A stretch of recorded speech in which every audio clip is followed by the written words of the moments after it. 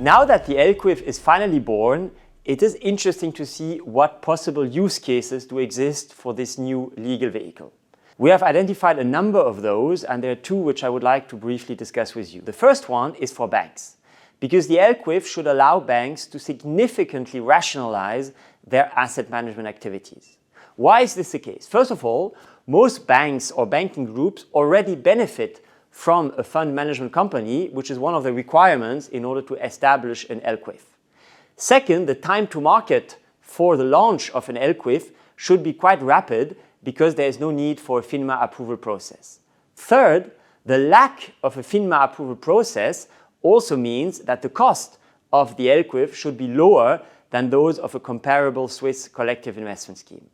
And fourth reason, the spectrum of investors which can invest in an L-QIF is quite broad, both within the bank and outside of the bank, because we have the professional investors within the meaning of the Swiss Financial Services Act, but also retail investors who have entered into an asset management or an asset advisory agreement with a supervised financial intermediary.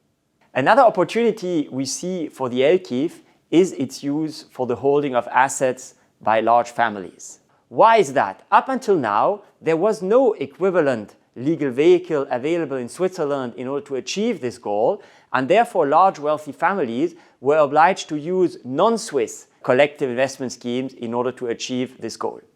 Now that we have the L-QIF which is in place, we have a Swiss vehicle which allows these families to achieve this purpose. And unlike what was said in the draft regulations, where it was said that the investors may not have family ties, this has been removed in the rules which will enter into force on March 1, 2024, and the investors in the L-QIF may have family ties, provided, of course, the criterion of the independence between investors is met.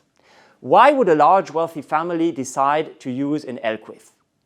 First of all, we see an opportunity to hold both liquid and illiquid assets within the same legal vehicle, with the creation of sub-funds for the liquid assets, sub-funds for the illiquid assets, and the investors, the family members, hold interest in both of these sub-funds or more sub-funds. Second opportunity we see is the transmission of the assets from one generation to the other.